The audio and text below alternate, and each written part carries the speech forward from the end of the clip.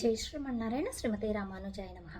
తిరుప్పావై దివ్య ప్రబంధ గుణానుభవానికి వేంచేసిన భాగవత గోష్ఠికి స్వాగత సుమాంజలిలతో అడియన్ లక్ష్మీ రామానుజదాసి. అస్మద్గురుభ్యో నమః.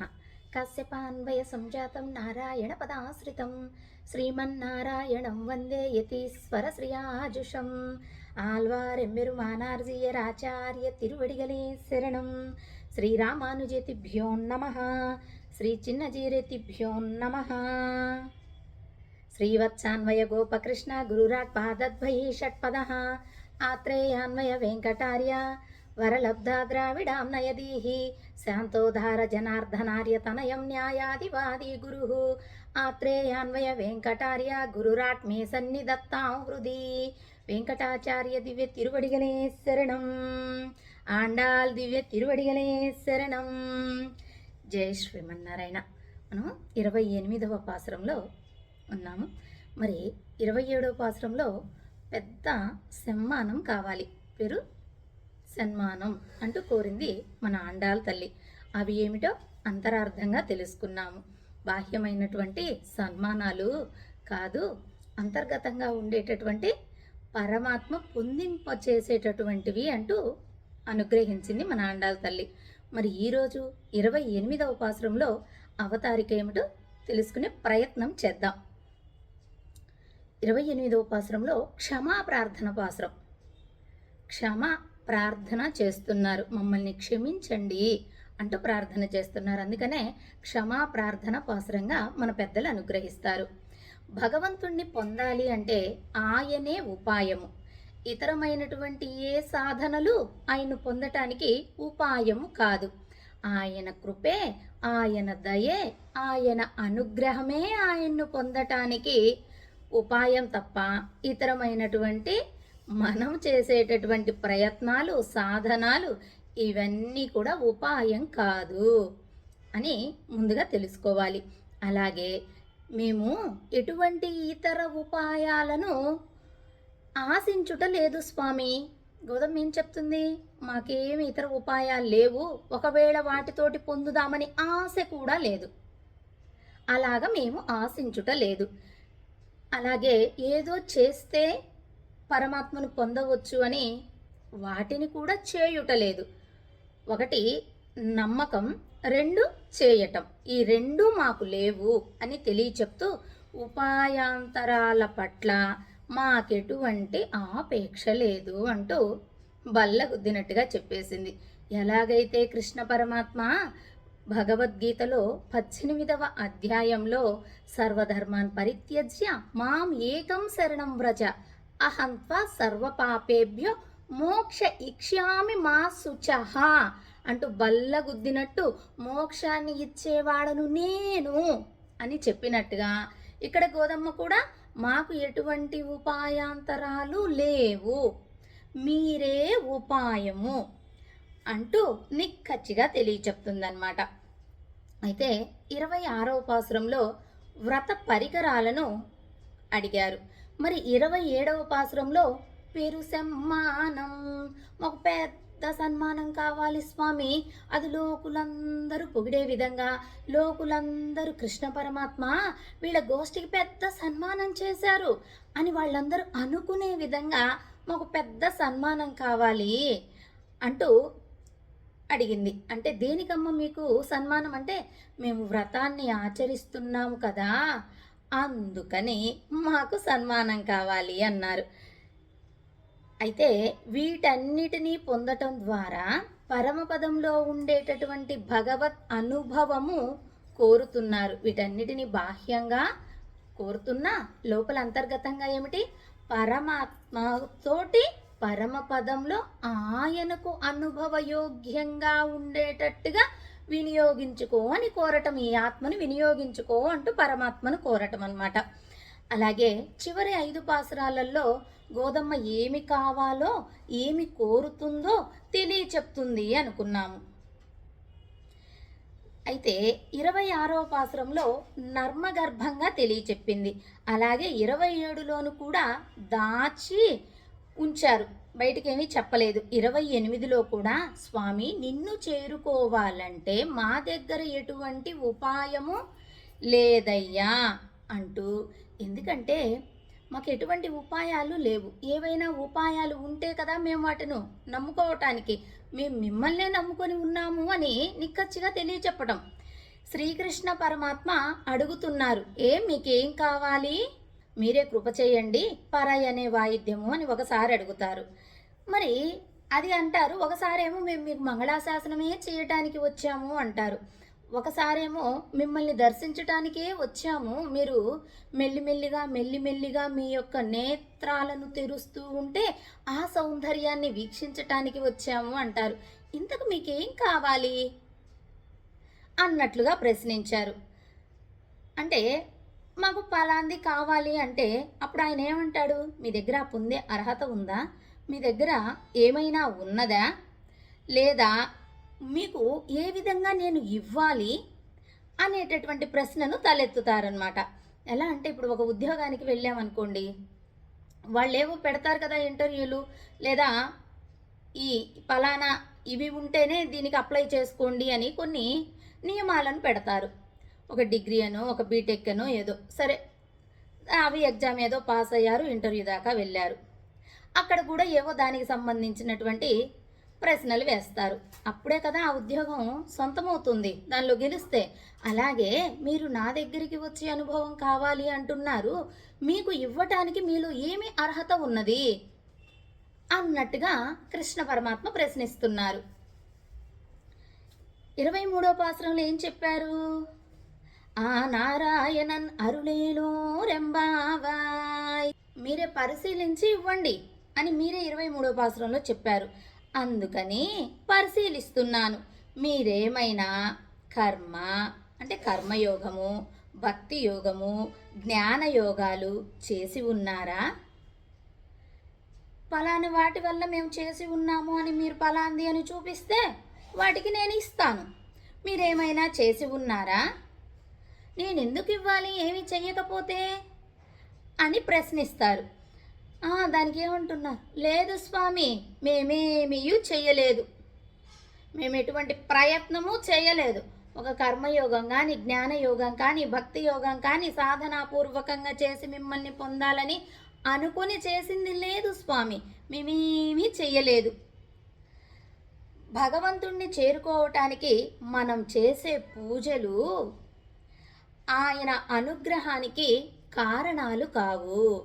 ఆ పరమాత్మ మనల్ని పొందింప చేసుకోవాలి, వీళ్ళకి అనుగ్రహం ఇవ్వాలి, వీరిపై కృప చూపాలి అని ఆయన అనుకుంటే తప్ప మనం చేసేవి ఎటువంటి సాధనలు కాదు.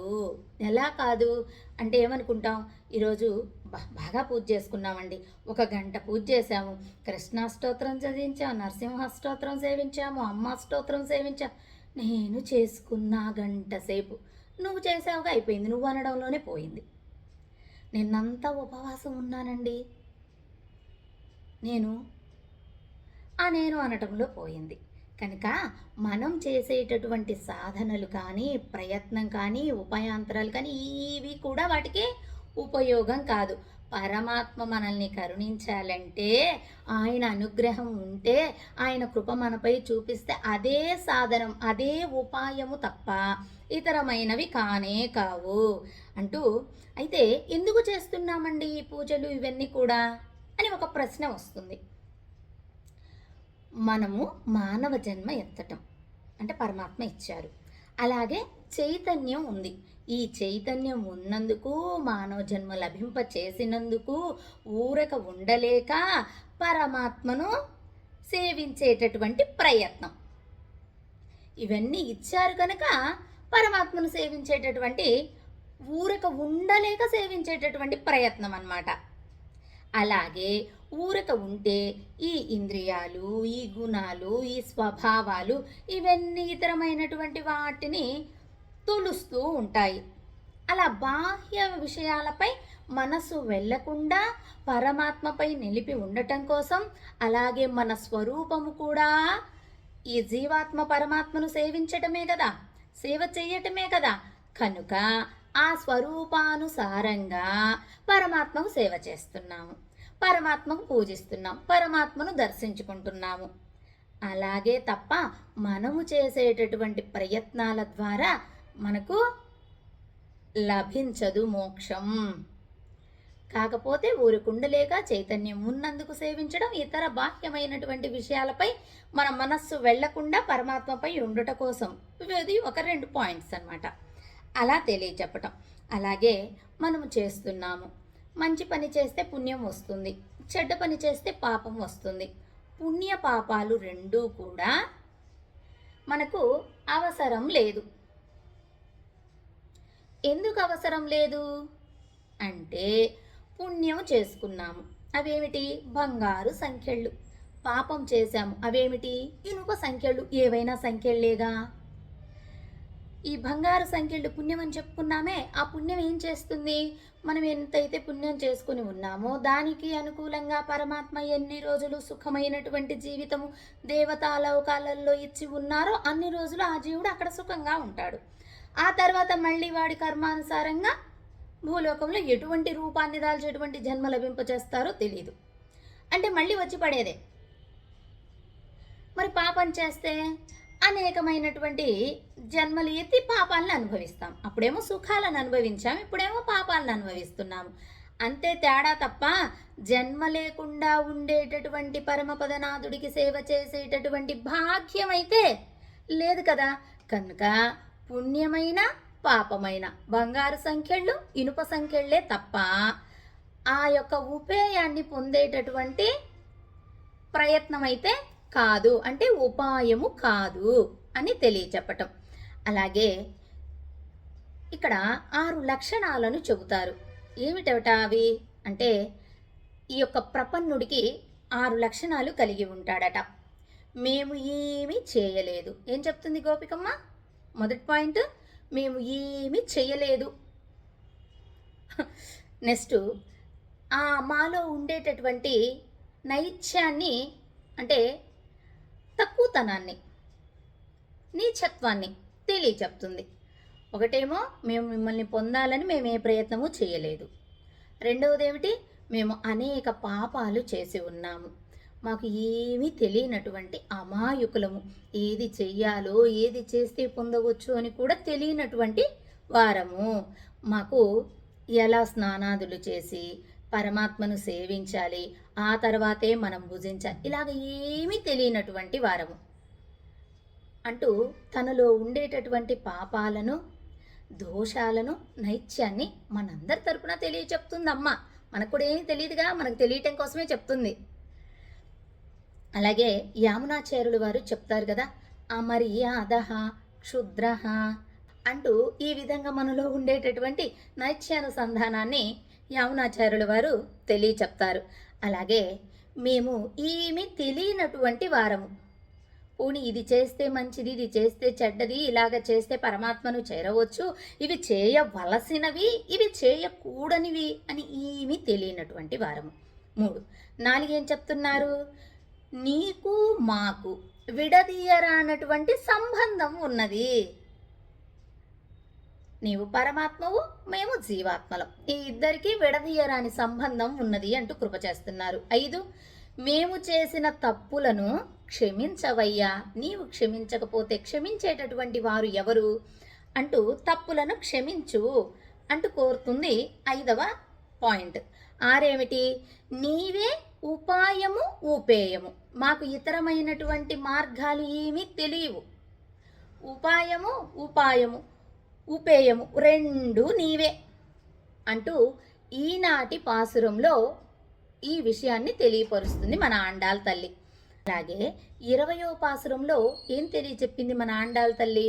33 మరర్కు మున్సెండ్రు కప్పం తవిర్కుం కలియే తుయిడజాయ్.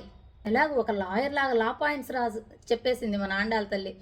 ఏమిటి స్వామి, 3 దేవతలకు ఆపదలు వస్తే వాళ్ళు మమ్మల్ని వచ్చి కాపాడండి అని ప్రార్థన చేయకముందే వెళ్ళి కాపాడతావా? మేము మాత్రం మీ ఇంటి దగ్గరికి వచ్చి ప్రార్థన చేస్తే మీరు కాపాడరా? మీరు దగ్గరికి తీసుకోరా? అలాగే వాళ్ళు 33 కోట్ల మంది ఉన్నారని వాళ్ళని కాపాడుతారా? మేము 5 లక్షల మందిమే అని తక్కువ చూపా? మేము చిన్న పిల్లలమని వాళ్ళు దేవతలనా? ఇలాగ కొన్ని లవ్ పాయింట్స్ తోటి మన గోధుమ అడిగింది కదా, మరి ఈ పాసురంలో కృష్ణయ్య లా పాయింట్లు తీస్తాడనమాట. ఎలాగూ మీరు ఇవ్వమంటున్నారు, మీ దగ్గర ఏముందని ఇవ్వాలి, మీరేం చేశారని ఇవ్వాలి, ఏం చూసి నేను ఇవ్వాలి అంటూ ఆయన కూడా ప్రశ్నలు వేస్తారు. మరి ముందుగా ఈరోజు పాసురం సేవించుకొని ఆ తర్వాత అర్థాన్ని తెలుసుకునే ప్రయత్నం చేద్దాం. ముందుగా ప్రార్థన.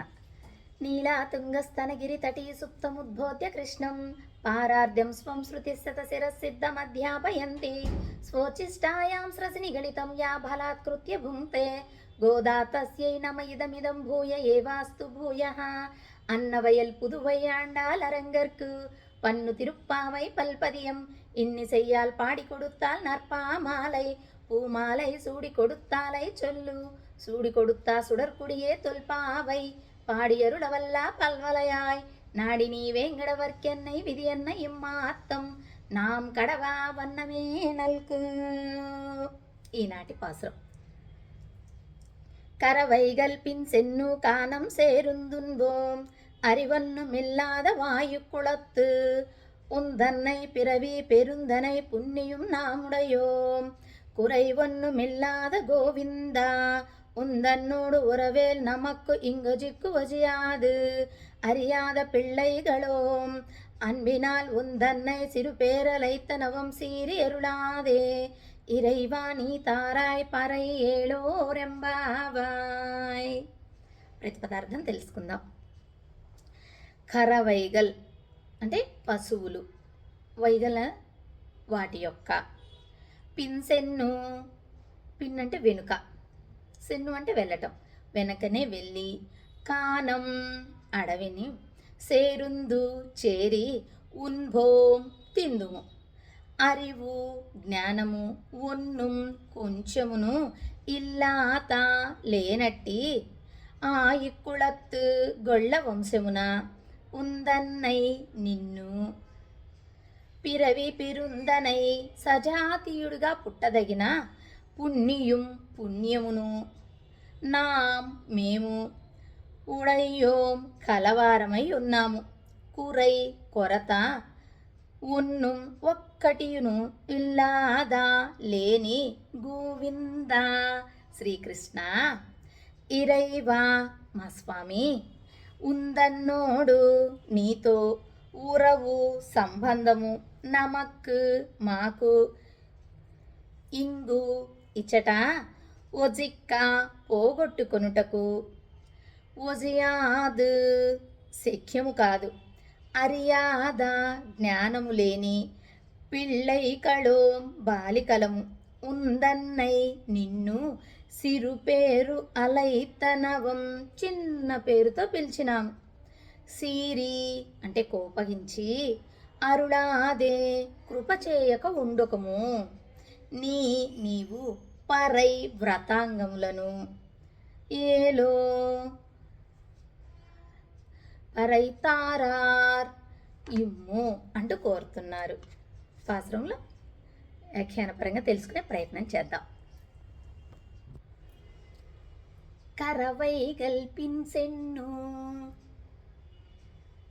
పశువుల వెంట అడవులకు వెళ్ళి వాటిని కాచుకొని అక్కడే తినేటటువంటి వారము అంటున్నారు.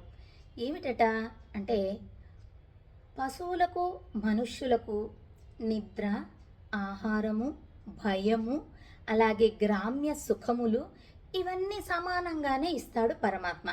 కానీ మనుష్యులకు జ్ఞానాన్ని ప్రసాదిస్తాడు అధికంగా వాటిపైన.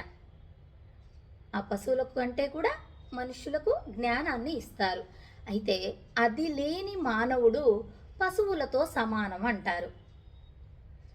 అదే కదా, ఎప్పుడన్నా కోపం వస్తుంటాం, నీకంటే ఆ పశువు మేలురా, చక్కగా గడ్డి తినొచ్చి పాలను ఇస్తుంది, నువ్వు ఉన్నావు, ఎందుకు ఉపయోగం లేదు అన్నట్టుగా మాట్లాడతారు, మన పెద్దలు వింటూ ఉంటాం కదా. అలాగా పశువుల కంటే మనుష్యులకు జ్ఞానాన్ని ఇచ్చాడు. కానీ మేము ఎలాంటి వాళ్ళమంటే ఆ పశువులనే నిదర్శనంగా కలిగి అవి ముందు పోతూ ఉంటే మేము వెనుక నడిచేటటువంటి వాళ్ళం. పిన్సెన్ను వాని వెనకనే పోయేటటువంటి వారిమి. ఇదియే దేవరవారు లభించుటకై మేము చేసుకున్నటువంటి గురుకుల వాసం. పరమాత్మను పొందాలంటే గురువు దగ్గర విద్యను అభ్యసించాలి, లేదా గురుకుల వాసంలో ఉండి విద్యను నేర్చుకోవాలి. మేమేం చేస్తున్నామో తెలుసా? మా యొక్క గోవులను ముందవి నడుస్తుంటే వాటి వెనక మేము నడిచి వాటిని తోలుకుంటూ వెళ్ళేటటువంటిది చేస్తున్నాము. అదే మా గురుకుల వాసం అండి అన్నట్టుగా తెలియచెప్తున్నారు.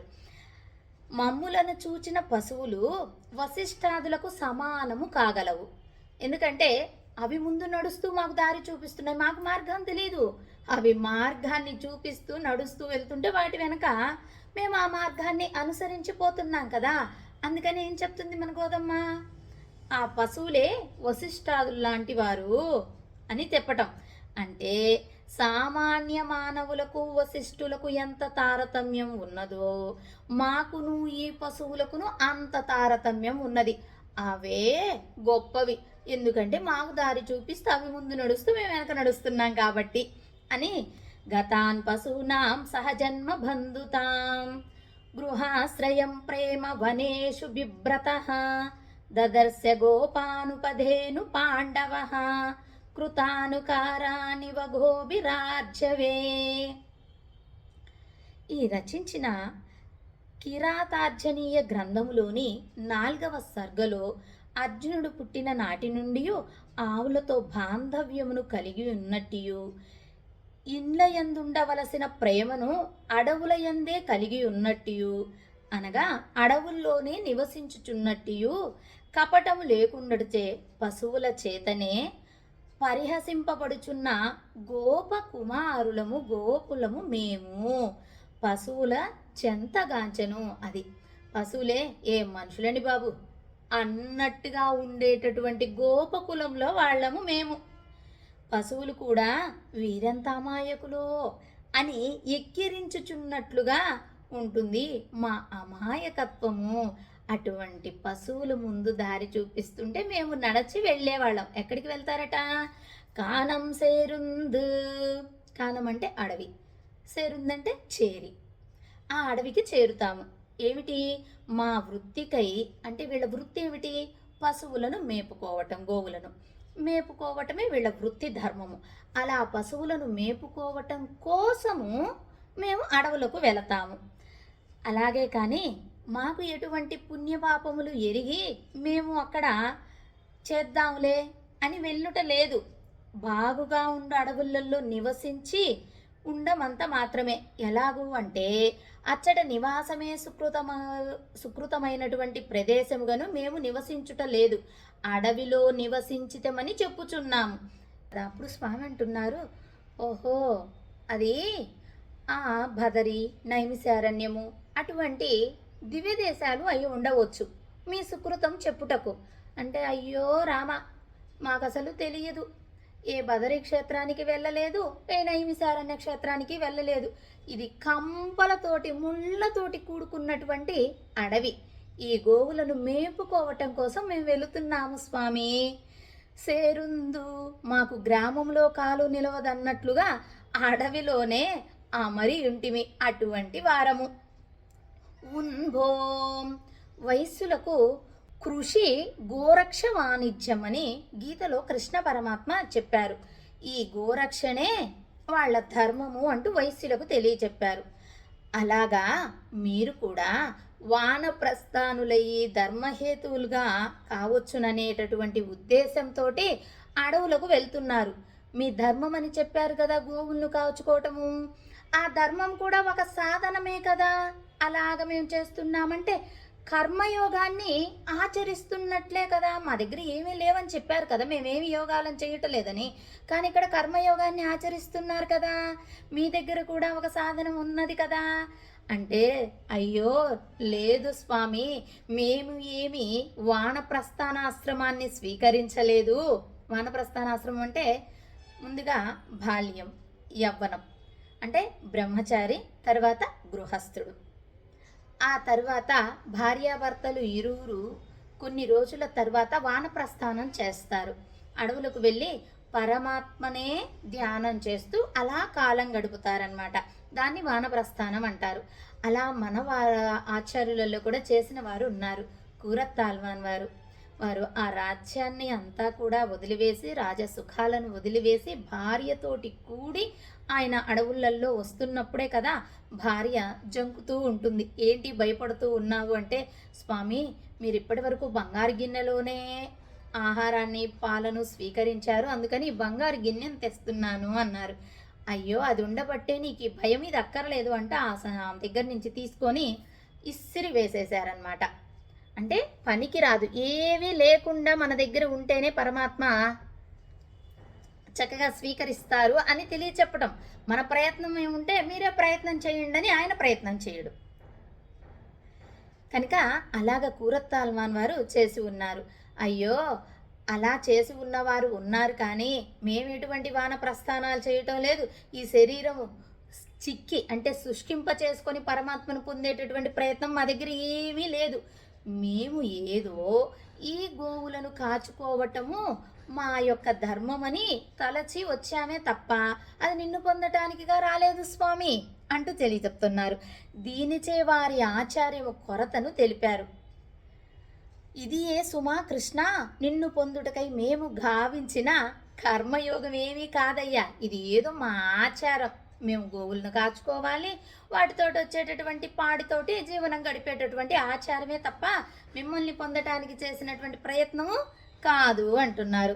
తన వద్ద ఎటువంటి ఉపాయానుష్ఠానము చెప్పదగినది వాసనకైనను ఏమీ లేదని నెక్స్ట్ ఏం చెప్తున్నారు, అకించనత్వాన్ని చెప్తున్నారు. ఏమిటట అంటే, మేము అసలు అలా ప్రయత్నం చేయటానికి మాకు చేత కాదు, మేము స్నానాదులను ఆచరించి భుజించము, ఏమీ చెయ్యం, ఏదో వస్తున్నాము, ఆ సద్దులు మూటలు వేసుకుంటున్నాము, ఒక కర్రను పట్టుకుంటున్నాము, గోవులను తోలుకుంటున్నాము, అడవులకు వస్తున్నాము. ఇలాగే అరివళ్ళు మిల్లాదా, సరే సరే పోనీయండిలే దాన్ని. ఇప్పుడు లేకున్న మానే అది ఎటుండ నిండు, సరే అది మీ కాడ లేదన్నారుగా, మేము కర్మయోగం ఏమి ఆచరించట్లేదయ్యా, మేమేం సాధన చేయట్లేదు అన్నారు. సరేలే దాన్ని వదిలివేయండి, ఇంకా అది పోనివ్వండిలే.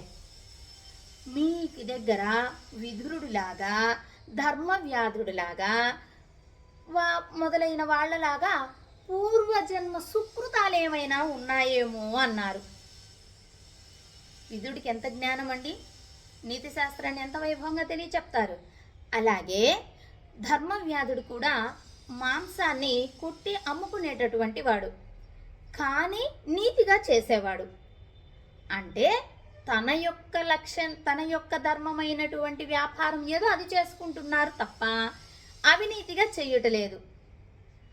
అలాగా మీరు కూడా చేసుకుంటున్నారులే, మీ పూర్వజన్మ సుకృతంలాగా. విదురుడి ఇలాగా ధర్మవ్యాధుడికి ఎలాగైతే పూర్వజన్మ సుకృతం ఉన్నదో అలాగ మీకు కూడా పూర్వజన్మ సుకృతం ఉన్నదిలే. ఆ పుణ్యము చే పుట్టినటువంటి జ్ఞానము కలిగి ఉన్నవారు అన్నారు. అయ్యో ఒండ్రుం, కొంచెమైనను జ్ఞానం లేదు స్వామి, మా దగ్గర కర్మయోగము లేదు, జ్ఞానయోగము లేదు, కొంచెం కూడా జ్ఞానం లేనటువంటి వారము. అయితే ఈ విశేషవాచకము అంటే భక్తి లేదని చెప్పినట్లే వీరి దగ్గర జ్ఞానము కూడా, కర్మయోగము ఆచరించలే, జ్ఞానయోగము ఆచరించలే, ఏదో కర్మలను ఆచరిస్తూ ఉంటే జ్ఞానము కలిగి ఆ జ్ఞానంతో భక్తి కలుగుతుంది అనుకుంటే మేమేమీ ఆచరించుట లేదు. ఎలాగంటే పిల్లలకి వంట రాదు అన్నాం అనుకోండి, చేస్తూ ఉండు వస్తుంటుందిలే. మా రైటింగ్ బాగా రావట్లేదంటే కాపీ రైటింగ్ రాస్తూ ఉండు నాన్న వస్తుంది, అదేం అవ్వదు అని చెప్పినట్టుగా ఇక్కడ కూడా మీరు కర్మల్ని ఆచరిస్తూ ఉన్నారు కాబట్టి జ్ఞానం కలుగుతుందిలే, ఆ జ్ఞానం వల్ల భక్తి ఏర్పడుతుందిలే అని పరమాత్మ అంటుంటే, అయ్యో అది మా దగ్గర ఏ పాటిగా లేదయ్యా అంటే దానికి శ్రీకృష్ణుడు, ఓహో చాలా గొప్పవారదగిన మాటని మీరు పలుకుచున్నారు, మా దగ్గర ఏమీ లేదని చెప్పేవాళ్ళు ఎవరు అంటే పరమాత్మ వైభవము, పరమాత్మ యొక్క తత్వము, పరమాత్మ యొక్క కళ్యాణ గుణాలు ఇవి తెలిసిన వారేగా చెప్పేది. మా దగ్గర ఏమీ లేదయ్యా, నీ దగ్గర అన్నీ ఉన్నాయి, మమ్మల్ని చేర్చుకో అని. ప్రపత్తి నిష్ట కలిగిన వారు ఎవరు అంటే కొంచెం తెలిసిన వారే కదా. అలాగే మీరు కూడా ఇలా మాట్లాడుతున్నారు అంటే మీకు జ్ఞానం ఉన్నదిలే, మీరు మంచిగా మాట్లాడుతున్నారు, మీరు బాగా పలుకుతున్నారు, మీరు గొప్పవారు అన్నారు పరమాత్మ. కృష్ణ ఏమంటున్నారు? న ధర్మనిష్టోస్మి న చాత్మవేది న భక్తిమాన్ త్వచ్చరణారవిందే అనియు ఆ అహమస్మపారాధనమాలయ అకించినో నన్యగతి అనగా నాకు కర్మ జ్ఞాన భక్తి యోగములు లేవని ఆలవందార్లే తెలియచెప్పారు. ఈ విధంగా అలాగే నేను పాపములకు నిలయుణ్ణి, అది ఈ శరీరం ఎటువంటిది నేను అంటే ఈ పాపాలకు నిలయం వంటిది అన్నారు ఆలవందార్లు. అలాగే ఉపాయాంతర శూన్యుడను, నాకు ఎటువంటి ఉపాయాలు తెలియనటువంటి శూన్యుడను, జీరో ఆ విషయంలో అని చెప్తామే ఆ విధంగా శూన్యుడను. అలాగే రక్షకాంతర రహితుడను, నన్ను నేను రక్షించుకోగలననేటటువంటి తత్వం లేనటువంటి, నేను రక్షించుకోలేను అని ఆనాడు భగవచ్శాస్త్రపరంగా ఆళవందారు తెలియచెప్పారు. అలాగే నోత్త నోంబిలే నున్నరివిలేన్, నేను నోచిన నోములు లేవు అంటే కర్మయోగము లేదు, నేను సంపాదించిన సూక్ష్మ జ్ఞానము లేదు అంటే జ్ఞానయోగము లేదు.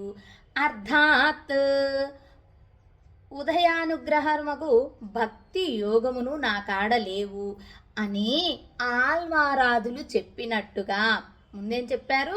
యామునాచార్యులు చెప్పినట్టుగా, ఇక్కడ ఆల్వారాదులు చెప్పినట్టుగా, అలాగే తొండరడిప్పుడు ఆల్వార్లు సాయించినటువంటి తిరుమాలై దివ్య ప్రబంధంలో 25వ పాసురంలో కుళిత్తు మూండనలయ్యన్బుం, స్నానాన్ని ఆచరించి త్రైతాగ్నులను అంటే 3 అగ్నులను హోమాముతో ఆచరించి అనడు పాసురమందున వీరందరిట్లనగే సాయించిరి. అలాగ కదా వాళ్ళు సాయించారు. ఇవి నాకేమీ తెలియదు, ఇవి జ్ఞానాధికులైనటువంటి వారి యొక్క సూక్తులు ఆల్వారాదులు, అలాగే యామునాచార్యులు అంటే ఆచార్యాదులు, అలాగే ఇక్కడ తొండరడిప్పొడి ఆల్వార్లు భాగవతుల యొక్క పాదధూళిని శిరసావహించేటటువంటి ఆల్వార్లు, ఇలాంటి వారి గొప్ప గొప్ప సూక్తులను చెప్పారు. అయితే మీరు కూడా ఇలాగే పలుకుతున్నారు కదా, మీరు కూడా అటువంటి గొప్ప జ్ఞానులతోటి సమానులా అన్నారు కృష్ణ పరమాత్మ ఈ ఉదాహరణలను జోడించి.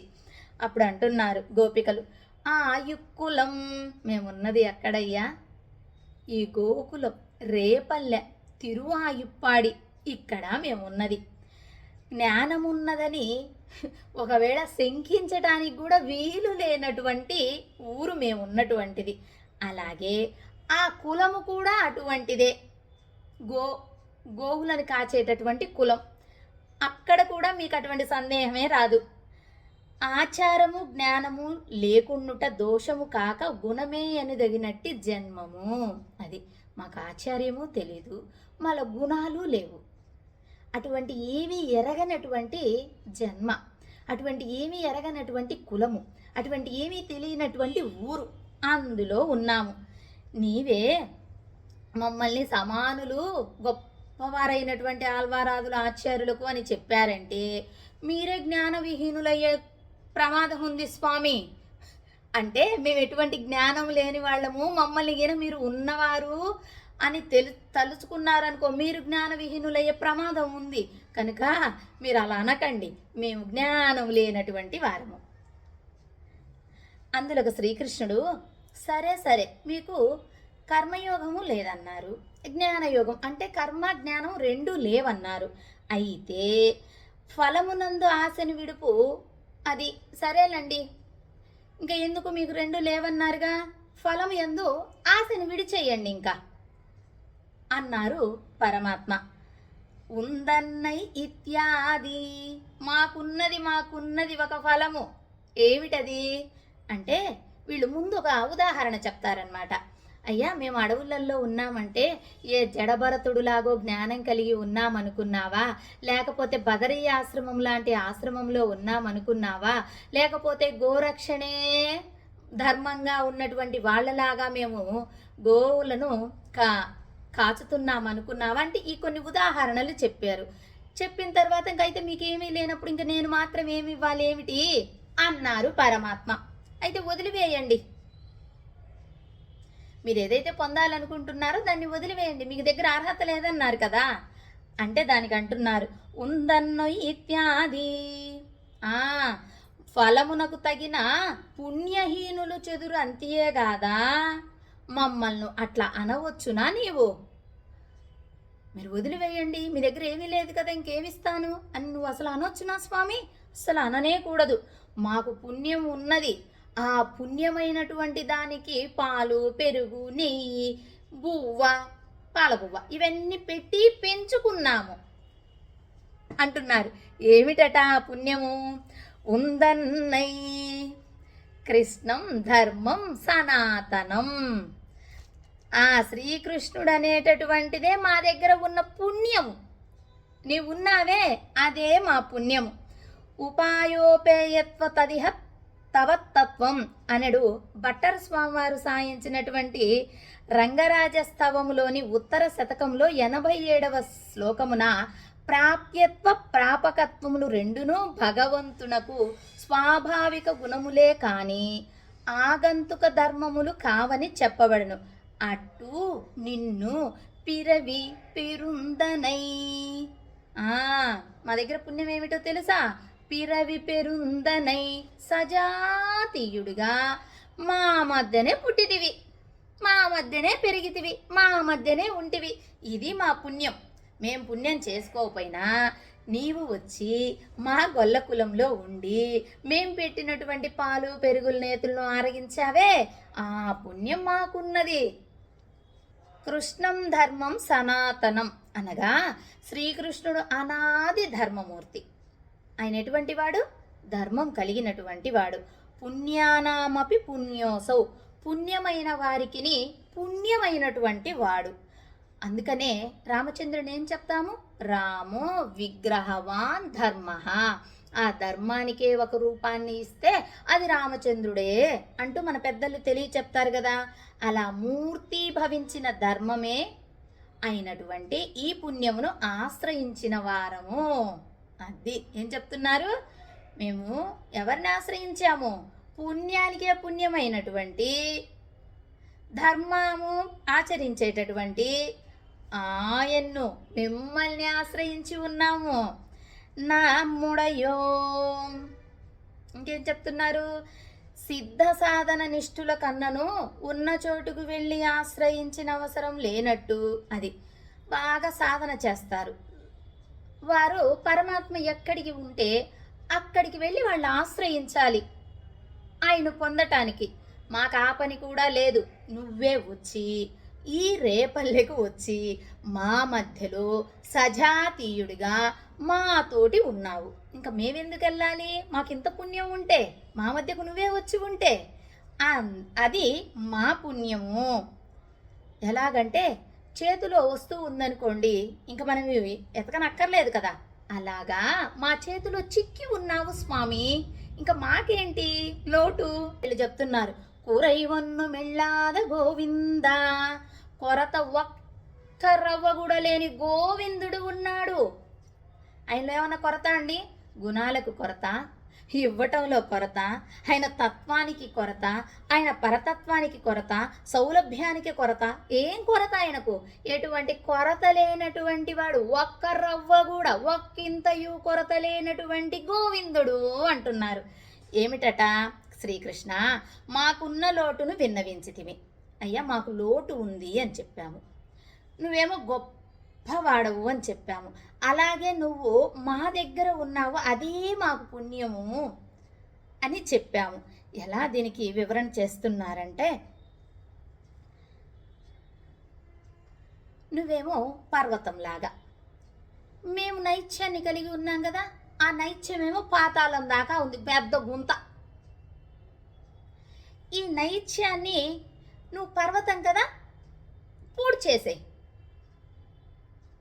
నీకు ఆ శక్తి ఉంది, అలాగే నీకు మంచి గుణం ఉన్నది కనుక ఈ పాతాళంలాగా ఉండేటటువంటి మా నైత్యాన్ని పర్వతంలాగా ఉండేటటువంటి నీ గుణాలతోటి క్లోజ్ చేసేసాయి అంటూ పరమాత్మ యొక్క కళ్యాణ గుణాల వైభవాన్ని వైభవంగా చెప్తున్నారు. అలాగే ఇక్కడ మనలో ఉండేటటువంటి నైత్యానుసంధాన్ని తెలియచెప్తున్నారు. మేమెప్పటికీ నిన్ను చేరలేమనైనా, మేమెక్కడో పాతాళంలో ఉన్నాము, అది ఎప్పుడవుతుంది కనుక అదంతా పూడ్చుకొని మేము అనేక పుణ్య కార్యక్రమాలు చేసి పూడ్చుకొని వచ్చి నీ దగ్గరికి చేరనులేము, అది అయ్యేది లేదు. కనుక నీ కళ్యాణ గుణాలనేటటువంటి నీ పర్వతము, మా నైత్యం అనేటటువంటి ఈ గుంత పూడ్చేసేయి అంటూ ఈ పూర్తి తత్వాన్ని తెలియచెప్తుంది మన ఆండాలు. అలాగే గోవింద ఇందాకేమన్నారు, ఏమాత్రం కొరత లేనటువంటి వాడవను ఆ కొరతను పూడ్చమని తెలియచెప్పారు. ఇప్పుడు ఏం చెప్తున్నారు, గోవింద ఓ గోపాంగనలారా, మీరు నన్ను పూర్ణుడనని చెప్పుచున్నారు కదా, అట్లయినచో మాకు కావలసిన చేదు లేకున్నా మానుకుందాం. అది మీరేమన్నారు, నన్ను పూర్ణుడు అంటున్నారు, బాగానే ఉంది. సరే, నేను పూర్ణుడిని, నేను సర్వస్వతంత్రుణ్ణి, నా ఇష్టమైతే చేస్తే లేకపోతే లేదు, అది నా ఇష్టం అంటున్నారు పరమాత్మ. నా ఇష్టమైతే చేస్తా, లేకపోతే చెయ్యను, మానివేస్తా, అంతే కదా. మీరు బలవంతం ఎలా చేస్తారు నన్ను, నేను సర్వస్వతంత్రుణ్ణి, నేను పూర్ణుడను అన్నారు కదా మీరు. నా ఇష్టమైతే ఇస్తా మీకు, లేకపోతే లేదు, అది నా ఇష్టం, అదే కదా అన్నారు పరమాత్మ. ఓహో, నీకే అపేక్షను లేకయుండునట్టి పరమపదమునకు వచ్చి యాచించుచున్నామా, అది నీకు ఇష్టము లేదు. ఏమి ఇష్టం లేదు అంటే, ఆయన్ను నారాయణ అని పిలిస్తే పాపం ఇష్టపడట్లేదట. పరమపదవాస అంటే ఇష్టం లేదు. ఇప్పటి వరకు ఆ యొక్క మాటలతోటే కదా, మొదటి పాశ్రంలోనే నారాయణనే నమ్మక్కే పరై తరువాన్, అలాగే మూడో పాశ్రంలో ఓంగిళగలందా ఉత్తమ లోకాలన్నీ కొలచినవాడా అంటూ, అలా పరవాసుదేవుణ్ణి వాసుదేవుడు అంటూ నారాయణ అంటూ ఇలా పిలిచాము. ఓ, నీకు అక్కడ ఇబ్బంది అనిపించిందా? ఓ, నారాయణ అంటే ఏమిటి? పరతత్వాన్ని చెప్పటం. పరమాత్మ పరతత్వం చెప్పటం అంటే ఇష్టం లేదండి. ఎందుకంటే పరమాత్మ ఉండేటటువంటి ఆ పరమ పదంలో ఆయనకు అన్ని గుణాలు వినియోగపడుటలేదు. వాళ్ళందరూ పరమాత్మకి ఏమి కావాలి, ఏమి చేయాలని ముందు ముందుగానే చేసేస్తున్నారు. ఈయన కళ్యాణ గుణాలను వినియోగించుకునేటటువంటి అక్కడ ఉపయోగం లేకుండా పోయింది, ఆ సమయం లేకుండా పోయింది. కనుక పరమాత్మ ఏం చేశారు, వాళ్ళు ధూపం పడుతూ ఉంటే ఆ ధూపం పట్టి ధూపము కాస్త వేసి తీసే లోపు ఆయన భూలోకానికి వచ్చారు. ఇక్కడ 100 సంవత్సరాలు అనుకోండి, 100 సంవత్సరాలు ఇక్కడైతే అక్కడ వాళ్ళు ధూపం పట్టిన సమయం అంటే వాళ్ళకు 1 గంట వేసుకుందాం, అలాగా ఉంటుంది పరమపదంలో సమయం. సరే, ఇలా వేంచేశారు. వేంచేసినప్పుడు ఏం పాడాలి మీరు? మనం ఏం పాడాలి? సౌలభ్య గుణాన్ని కదా పాడాలి. ఆయన నారాయణ అంటే నారములకు అయినమైన వాడు, ఆడ పరతత్వం చెప్పబడుతుంది. ఇక్కడ ఏమి గోవింద అంటే ఆయన ఇష్టంగా రేపల్లెకు వచ్చి కష్టమైనటువంటి గోవర్ధనగిరి పర్వతాన్ని కూడా ఇష్టంగా 7 రాత్రులు 7 పగళ్ళు తన చిటికెన వేలుపై మోపుకొని ఆ గోపీ జనాలను సంరక్షణ చేసినటువంటి కృష్ణయ్యకు వాళ్ళు గోవింద అనేటటువంటి నామాన్ని ఇస్తే కష్టంగా ఇష్టంగా, అది కూడా కష్టాన్ని కూడా ఇష్టంగా పొంది స్వీకరించినటువంటి నామము అదేం తెలియచెప్తుంది? సౌలభ్య గుణాన్ని తెలియచెప్తుంది. పరమాత్మ అక్కడ నుండి ఇక్కడికి వచ్చి ఆయన పడిన కష్టానికి ఇష్టమైన వారు ఇచ్చినటువంటి నామం కాబట్టి ఆయన సౌలభ్య గుణాన్ని చెప్తుంది. అందుకని ఇక్కడ సౌలభ్య గుణాన్ని చెబితే ఆయనకి ఇష్టం. ఓ, మేము పరతత్వమైనటువంటి నామాలను చెప్పామా, ఇప్పుడు నీ సౌలభ్య గుణమైనటువంటిది ఈ నామాన్ని చెప్పారు. ఎలాగూ స్వామి మాకిది లేదు అని ఎవరైనా ఒక లోటు ఉన్నది అంటే అది తీర్చవలసినది ఎవరు? మీరేకా.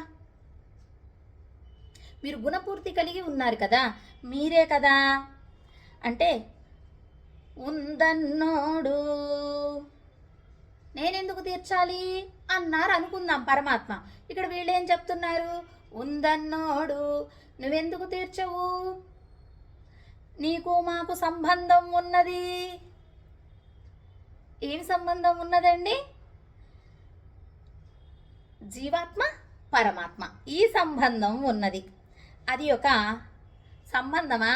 సరేలే, ఆ సంబంధాన్ని ఏదో ఒక కుండ నీళ్లు దొలిపేస్తా, ఆ సంబంధం కట్ అయిపోయిందిలే, నీకు నాకేమీ లేదని చెప్పడానికి ఏదో ఒకటి ఉపమానం చిన్నవి చెప్తూ ఉంటారే, ఆ విధంగా కృష్ణ పరమాత్మ కూడా నీకు నాకు సంబంధం ఏమీ లేదులే అన్నట్టుగా చెప్పేస్తానన్నాడు. అబ్బా, ఉందన్నోడు ఒరవేల్ నమక్కు ఇంగ జిక్కువ జియాదు. అటువంటి సంబంధం అనుకున్నావా? నువ్వు తెంచుకోవాలన్నా నువ్వు తెంచుకోలేవు, పోనీ మేము తెంచుకోవాలన్నా మేము ఆ సంబంధాన్ని తెంచుకోలేము. పోనీ ఇద్దరం కలిసి సరే ఒక అగ్రిమెంట్కు వద్దాము అని రాసుకుందామన్నా ఆ సంబంధం తెగేది కాదు. నువ్వు తెంచుకోవాలన్నా సంబంధం తెగేది కాదు, మేము తెంచుకోవాలన్నా సంబంధం తెగేది కాదు. నువ్వు నేను కలిసి ఒక అగ్రిమెంట్గా వచ్చి సంబంధం తెంచుకోవాలన్నా అది తెంచుకునేటటువంటి సంబంధమే కాదు. నాన్ముగన్ తిరువందాదిలో చెప్పినట్టుగా ఈ సంబంధము తెంచుకునేది కాదు స్వామి. నేను నీవు లేనిచో ఏం చెప్తున్నారో తెలుసా? సరే సంబంధం వద్దంటున్నావు కదా, మేము గాన లేకపోతే అప్పుడు నువ్వు లేనివాడనే, అది మేము ఉంటేనే నువ్వు ఉన్నవాడు. ఎందుకో చెప్పనా? నీవును నేను లేనిచో లేనివాడేనే సాయించిరి. మేమందరం ఉంటే మాకు అధికారి ఉన్నాడు, మాకు యజమాని ఉన్నాడు, మేమందరం ఆయన సొత్తు, ఆయన యజమాని అని చెప్పుకోవచ్చు. మరి నీ కింద ఏమి సొత్తు లేదనుకో, నువ్వు యజమాని అని ఎలా చెప్పుకుంటావయ్యా? మేమందరం ఉంటేనే కదా నువ్వు స్వామివి, మేము సొత్తుము, నువ్వు యజమానివి, నీ కింద పనిచేసేవాళ్ళము, ఇలా కదా చెప్పుకోవాలి. మేము లేకపోతే మాతోటి సంబంధం విడదీసుకుంటే నువ్వు ఎలా అధికారి అవుతావు, నువ్వెలా స్వామి అవుతావు అన్నట్టుగా అనుగ్రహిస్తున్నారన్నమాట. ఆ ప్రమాణమును బట్టి మేమెంత గట్టిగా చెప్పుచున్నాము అంటున్నారు. మాకొక ప్రమాణం దొరికిందిలే, ఆల్వార్లు చెప్పినట్టుగా.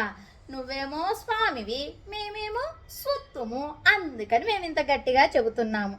అలాగే నీ ఆచార్య అవతారమును ఎత్తి నువ్వు ఊరుకున్నావా స్వామి? ఏమన్నా ఆచార్యుడివి నీవే అయ్యి, శిక్షుడవు నీవే అయ్యి, బదరీ ఆశ్రమంలో అష్టాక్షరి మహామంత్రాన్ని వసంగావు కదా మా కోసం.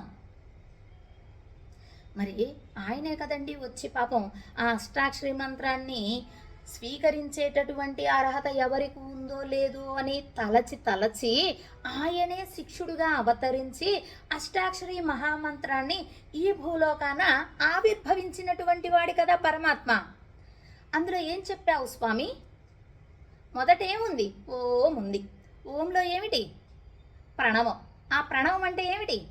అకార ఉకార మకారాల కలయికే ప్రణవనాదం అన్నావు. అకారవాచ్యుడెవరు? నీవు. మకారవాచ్యం ఎవరు? మేము. ఉకారవాచ్యం ఏమిటి? నీకు సంబంధించినది లేదా నీకు సేవ చేయునది అని కదా. అక్కడ ఎక్కడుంది విడదీయటానికి? ఇంకా అకార ఉకార మకారాల కలయికే ఓంకారం. నీకు ఈ జీవుడు సేవ చేయుట కోసమే అని నువ్వేగా చెప్పావు. అష్టాక్షరి మహామంత్రాన్ని అనుగ్రహించావా? ఎలా అనుగ్రహించావు? ఆచార్యున్మాయ్ శిక్షన్మాయ్ మంత్రతిల్లిక్ అంటూ పిళ్ళై లోకాచార్యుల వారు సూత్రాలలో చెప్పినట్టుగా నీవేగా అనుగ్రహించావు. అలా మేము కూడా ఆ సంబంధంతో నువ్వు వచ్చి శిక్షుడికి అంటే నీవే శిక్షుడివై మంత్రాన్ని అనుగ్రహించావు. ఆ నవవిధముల సంబంధంలో ఈ జీవాత్మ పరమాత్మ సంబంధం కూడా ఉన్నది. నువ్వెలా విడదీయాలనుకుంటావు?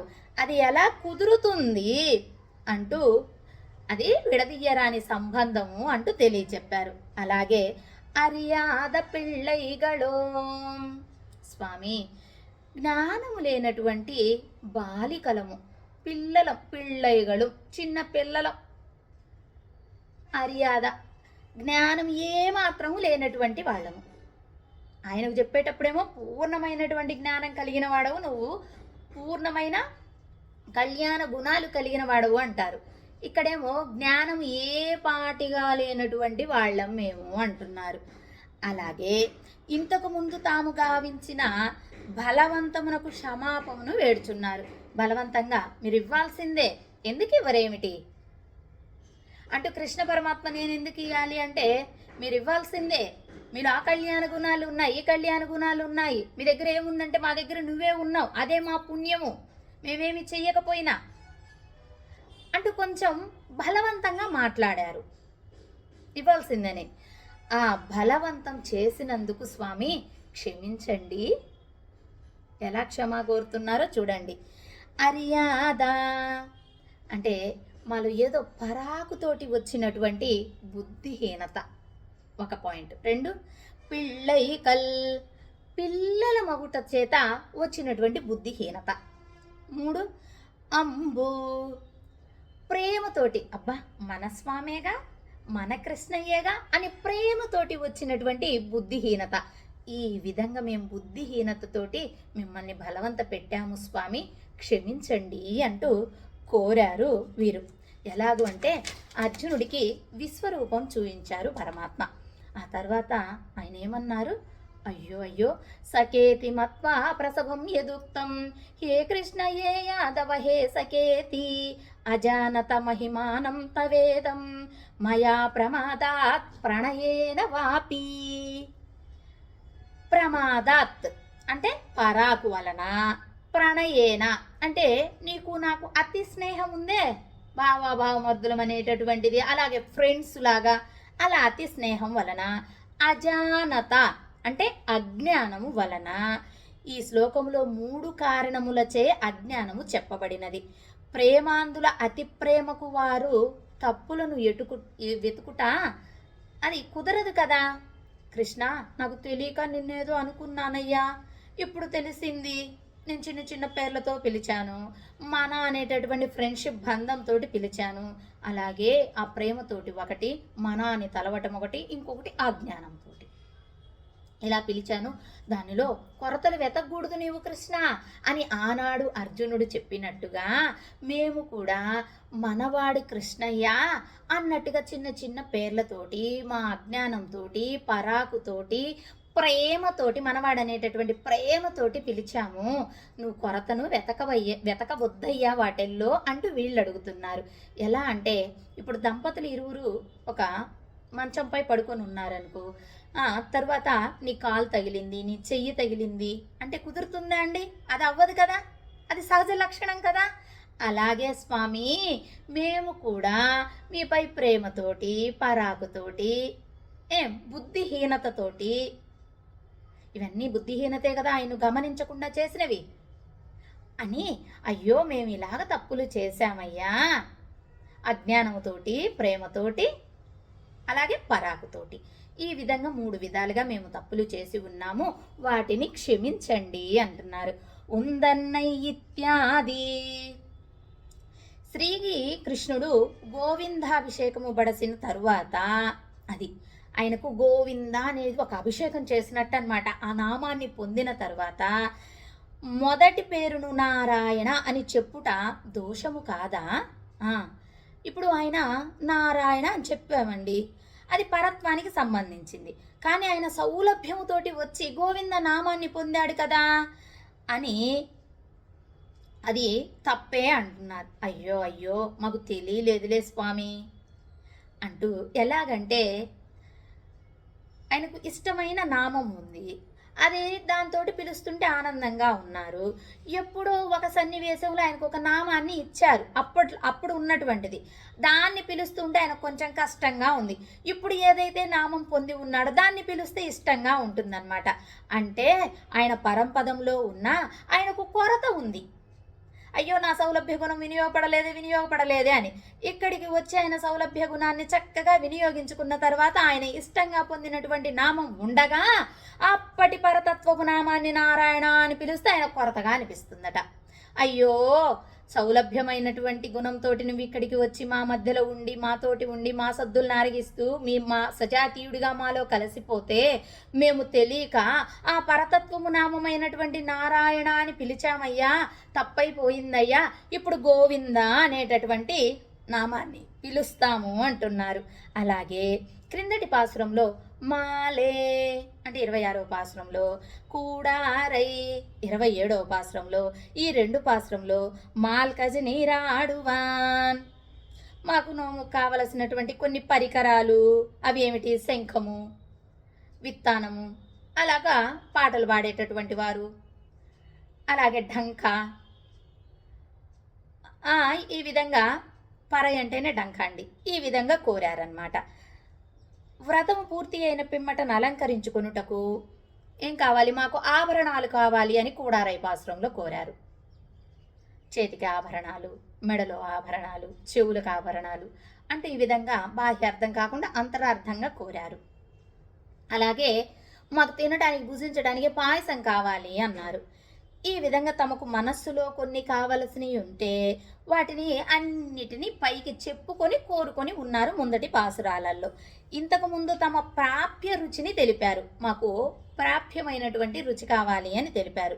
ఆ ఫలమును బడయుటకై తమ అకించన్యమును అంటే తన తక్కువతనాన్ని, వాళ్ళు చేసినటువంటి ఎవరమైనా మనం చేసుకున్నటువంటి లోపాలు పాపాలను ఆ భగవంతునికి ఉపాయత్వము యందు విన్నవించుచున్నారు. స్వామి, ఉపాయము మీరే, మాకితరము ఉపాయాలు లేవు, మేమేమో అనేకమైనవి కావాలని కోరాము, అలాగే మాకేమో పాపాలు చేసి ఉన్నాము, మేము నీచాతి నీచమైనటువంటి వారము కనుక దానికి ప్రతిబంధకములు ఏవైతే ఉన్నాయో వాటిని మా దగ్గర నుంచి తొలగించు, ఏవైతే మాకు ఇవ్వాలో వాటిని ఇవ్వు, మేము ఏమీ చేయలేనటువంటి వారము అని నీవే సర్వజ్ఞుడువు అంటూ ప్రార్థన చేశారు. సిద్ధోపాయము అనగా భగవంతుడే ఉపాయముగా స్వీకరించు వారికి ఉండవలసిన 6 లక్షణాలను ఇక్కడ కృప చేస్తున్నారు. మేము ఎటువంటి సాధన చేసేవాళ్ళం కాదు, చెయ్యలేని వాళ్ళమయ్యా, ఒక మీరే మాకు అనుగ్రహించాలి అంటూ సిద్ధోపాయ లక్షణాలను, ప్రపన్నుడి యొక్క సిద్ధోపాయ లక్షణాలను తెలియచెప్తున్నారు. ఏమిటి ఆ 6 లక్షణాలు అంటే మీకు స్క్రీన్ మీద కూడా పెడుతున్నానమ్మా, అవి ఒకసారి రాసుకోవడమో లేకపోతే ఇంకోసారి చూసుకోవడమో జరుగుతుందన్న ఉద్దేశంగా. మొట్టమొదటి లక్షణం ఏమిటి, ఉపాయముగా చేసిన సత్కర్మ ఒకటియు నుండరాదు. 2, ఇక ముందైనను అట్టి యోగ్యతను సంపాదింతురేమో అని శంక జనించకుండుటకై తమ నైత్యమును వెళ్ళబుచ్చుకొనుటన్నమాట. 3, ఉపాయభూతుడగు సర్వేశ్వరుని సకల కళ్యాణ గుణపూర్తిని అనుసరించవలయను. 4, జీవేశ్వరుడు పరస్పర సంబంధ జ్ఞానం ఉండవలయను. 5, ఇంతకు ముందు తెలియక చేసిన తప్పులను క్షమించమని ప్రార్థించవలయను. 6, సర్వేశ్వరుని నుండి తన పురుషార్థమును అర్థించవలెను. 6 కూడా ప్రపన్నులకు ఉండేటటువంటి లక్షణాలుగా మనకి ఇక్కడ గోదమ్మ అనుగ్రహిస్తూ ఉన్నది. ఇవి ఈ గోపాంగునులకు ఉన్నవని ఈ పాసురమున తెలియజేయుచున్నది. అది ఇక్కడ ప్రార్థన చేసేటటువంటి గోపాంగనులు ఈ 6 లక్షణాలను కలిగి ఉన్నారు. ఎలాగూ అంటే కరవై గల్పింసెన్ను, ఇటువంటి వాక్యాలలో కర్మయోగం లేదనియు, అరివున్ను మిల్లాదా అన్నుటచే జ్ఞానయోగము భక్తి యోగము లేవని విన్నవించారు. అలాగే ఆయుక్కులం అన్నుటచే ఇక ముందైనను అట్టి యోగ్యత ఉండుటకు అవకాశం లేదయ్యా, మేమున్నది గొల్ల కులంలో అని చెప్పి ఉన్నారు. అలా 3వ పాయింట్ కురైవన్ను మిల్లాదా అని సర్వేశ్వరుని సకాల కళ్యాణ గుణపూర్తిని అనుసరించారు.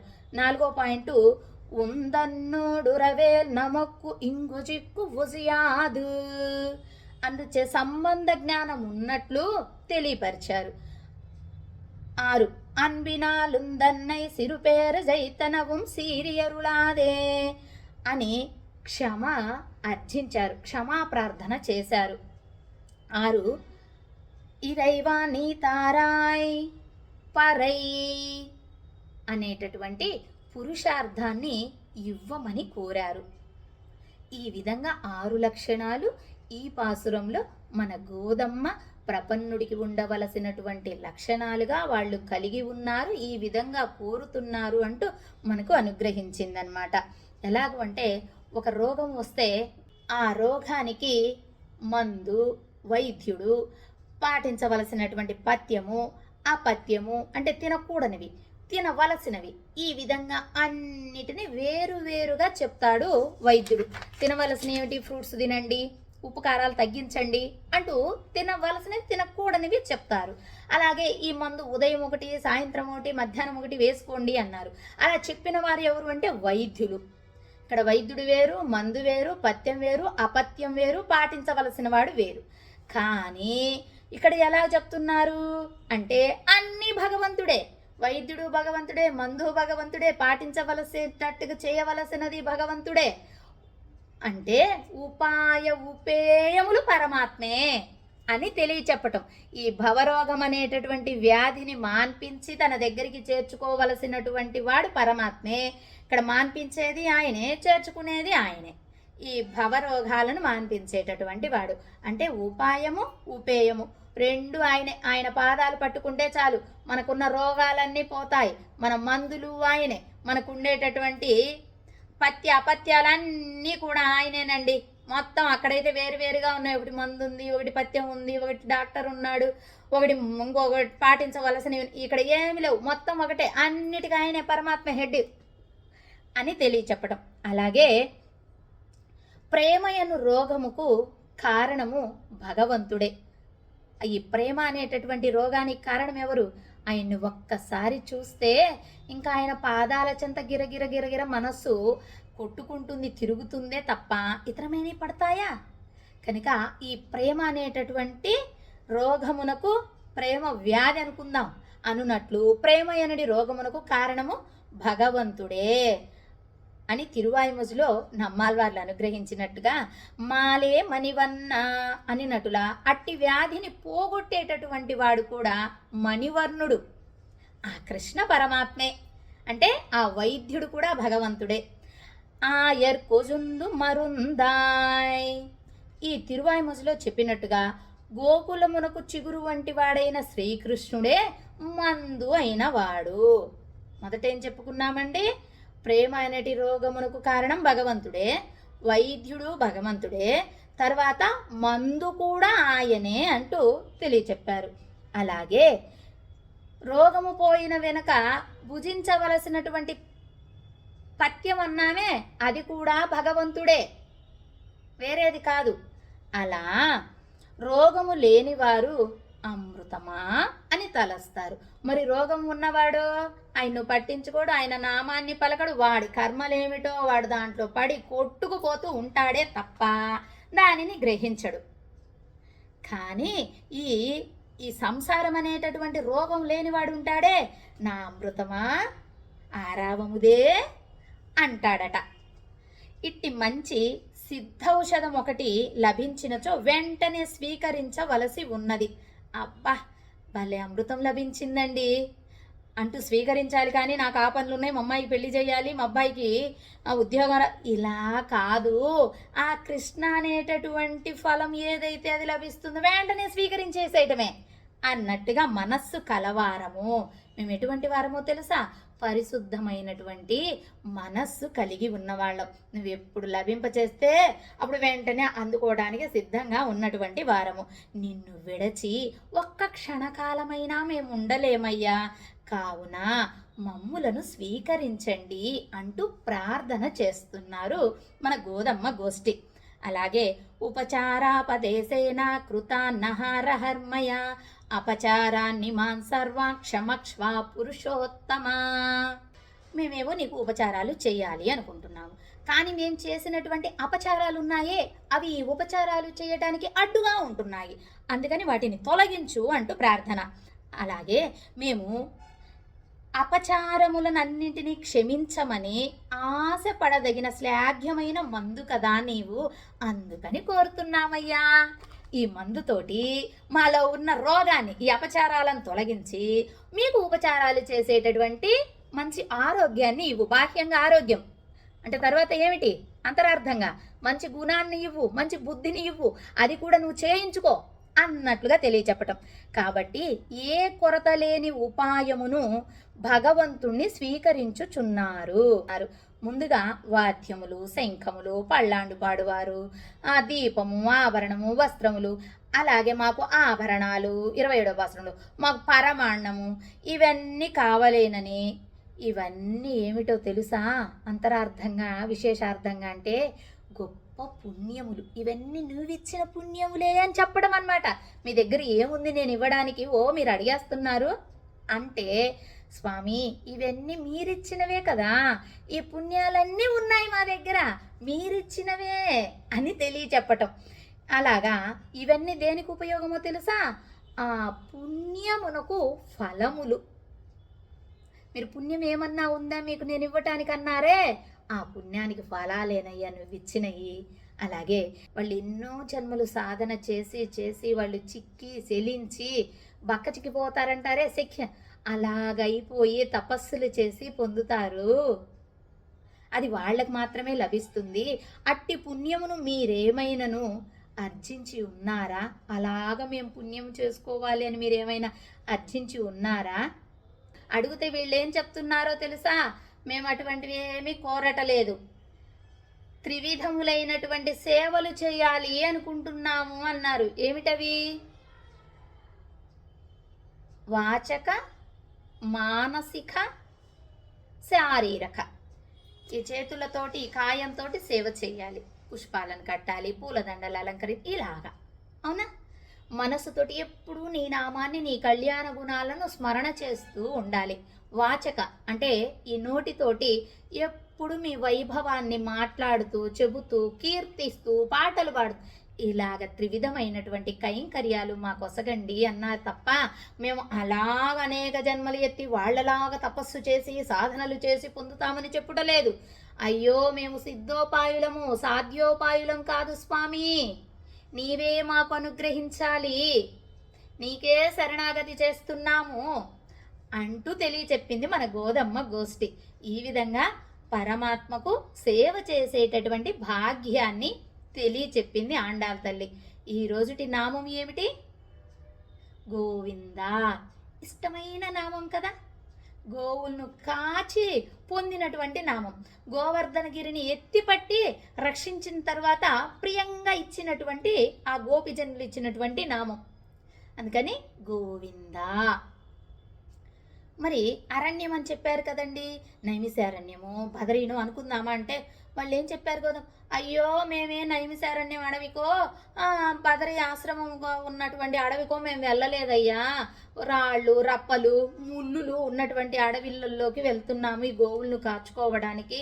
మేము జడభరతుల్లాగా తపస్సులు చేసి పొందటానికి మా దగ్గర ఎటువంటి జ్ఞానం లేదు, మేము అందుకు వెళ్ళుటలేదు, మా ధర్మాన్ని గోవులను పోషించుకునేటటువంటి ధర్మంగా మేము వెళ్తున్నాము, మా దగ్గర కర్మయోగం లేదని చెప్పింది. మరి అలాగెలా చెప్పుకుంటామండి? కనుక ఇప్పుడేం చెప్పుకుందాము? బృందావనం చెప్పుకుందాము. బృందావనం దివ్యదేశమా అంటే దివ్యదేశమే కదా, అభిమాన క్షేత్రం కూడా. ఎవరు అభిమానించారు అంటే శ్రీమన్నాథమునులు అభిమానించారు. ఆచార్యులు వారు మొట్టమొదటి ఆచార్యులైనటువంటి శ్రీమన్నాథమునులు అభిమానించినటువంటి క్షేత్రం. ఆయన కాట్మన్నార్ కోవెలకు రాక ముందే ఈ బృందావన క్షేత్రంలో చాలా కాలం ఉన్నారు. ఉండి కృష్ణయ్యకు సేవలు చేశారు. ఆయన సేవించినటువంటి విగ్రహం కూడా అంటే మూర్తి, ఆ మూర్తి కూడా అక్కడ కొన్ని ఇబ్బందుల వలన ద్వారక చేర్చుకున్నారు. ఆ ద్వారకలో శ్రీనాథ్ మహారాజ్ అంటారే ఆ పరమాత్మే ఈయన. ఆ శ్రీనాథన్ ఎందుకు వచ్చిందో తెలుసా? శ్రీమన్నాథమునులు సేవించడం వలన ఆయనకు ఆ యొక్క నామంతో అక్కడ పిలుచుకుంటారు. అలా బృందావనంలో చాలా సంవత్సరాలు ఈ కృష్ణ పరమాత్మకు సేవ చేసిన తర్వాత కాట్మన్నార్ కోవెలకు వేంచేశారు శ్రీమన్నాథమునులు. ఆయన పేరు మీదుగా శ్రీనాథజీ మహారాజ్ అంటారు వాళ్ళు. ఆ విధంగా నామాన్ని సొంతమైపోయింది. అలాగే మనకు తిరుమలలో ఎలాగైతే చాలామంది భక్తులు దర్శనానికి వేంచేస్తారో ఆ విధంగా ఉంటుంది ద్వారకలో కూడా. ఆ శ్రీనాథ్ మహారాజ్ దగ్గరికి అంతమంది భక్తులు వస్తారు. మనం ద్వారకా వెళ్ళినప్పుడు సేవించుకున్నాగా, గుర్తుందా మీకు? వెరీ గుడ్, వెంటనే మెసేజ్ పెడతారమ్మా. తమ్ము గుర్తుందట. Okay okay. మనం అక్కడ పంచద్వారకలను సేవించుకున్నాము చక్కగా. ఆ రోజు కూడా ఏటో వైభవం, ఆడందరూ కూడా బాగా డాన్సులు చేస్తూ ఉన్నారు. మనం కూడా అక్కడ కొంచెం సేపు ఆ నాట్యంలో పాల్గొనటము, అలాగే స్వామి తులాభారాన్ని పక్కనే ఉన్నటువంటి సన్నిధిలో సేవించుకోవటం చాలా వైభవం. మళ్ళీ అన్నీ గుర్తొచ్చేశాయి. బృందావనం అని చెప్పుటలో ఏమిటి ఇక్కడ అర్థం అంటే, గోదా తల్లి ఏం చెప్పింది, ఇక్కడ ముల్లులు కంపలు ఉన్నాయి స్వామి, అటువంటి అడవికి వెళ్ళాము అని కదా చెప్పింది పాసురంలో. ఇక్కడ బృందావనం కూడా కృష్ణ పరమాత్మ అడుగు పెట్టక ముందు అంతా పల్లెరగాయలు ఉన్నాయి. కృష్ణ పరమాత్మ అడుగు పెట్టి వేణుగానాన్ని అద్దు మన వెనక ఊపుతూ ఉన్నాడే, అలా వేణుగానాన్ని ఊదేటప్పటికి మొత్తం సస్యశ్యామలంగా మారిపోయి బాగా ఉన్నది. అలాగే మన హృదయం అనేటటువంటి ఈ బృందావనానికి పరమాత్మను ఆహ్వానించుకొని ఈ కల్ముషాలన్నీ తొలగిపోయి సస్యశ్యామలంగా ఆనందంగా పరిశుద్ధంగా హృదయాన్ని చెయ్యమని పరమాత్మను కోరుకొని ఆ హృదయంలో నీవే వచ్చి ఉండవయ్యా అంటూ ఆహ్వానం పలుకుదాము. ఉపేయాలు పరమాత్మే, మిగిలినటువంటి ఉపాయాంతర్గాలు ఏమీ లేవు. మాకు మిగిలిన మార్గాలు తెలియవు, మేము చెయ్యము అని గోదమ్మ చెప్పినట్టుగా మనం కూడా మనందరికీ ఏమీ తెలియదనే అమ్మ ఇన్నిటినీ అనుగ్రహించింది. ఓకేనమ్మా. జయ శ్రీమన్నారాయణ. ఆండాల్ దివ్య తిరువడిగలే శరణం. సర్వాపరాధ క్షమా ప్రార్థయామి. సర్వం శ్రీకృష్ణ పాదార విందార్పణమస్తు. అడియన్ లక్ష్మీ రామానుజదాసి భాగవత గోష్ఠికి దాసోహాలు. జై శ్రీమన్నారాయణ.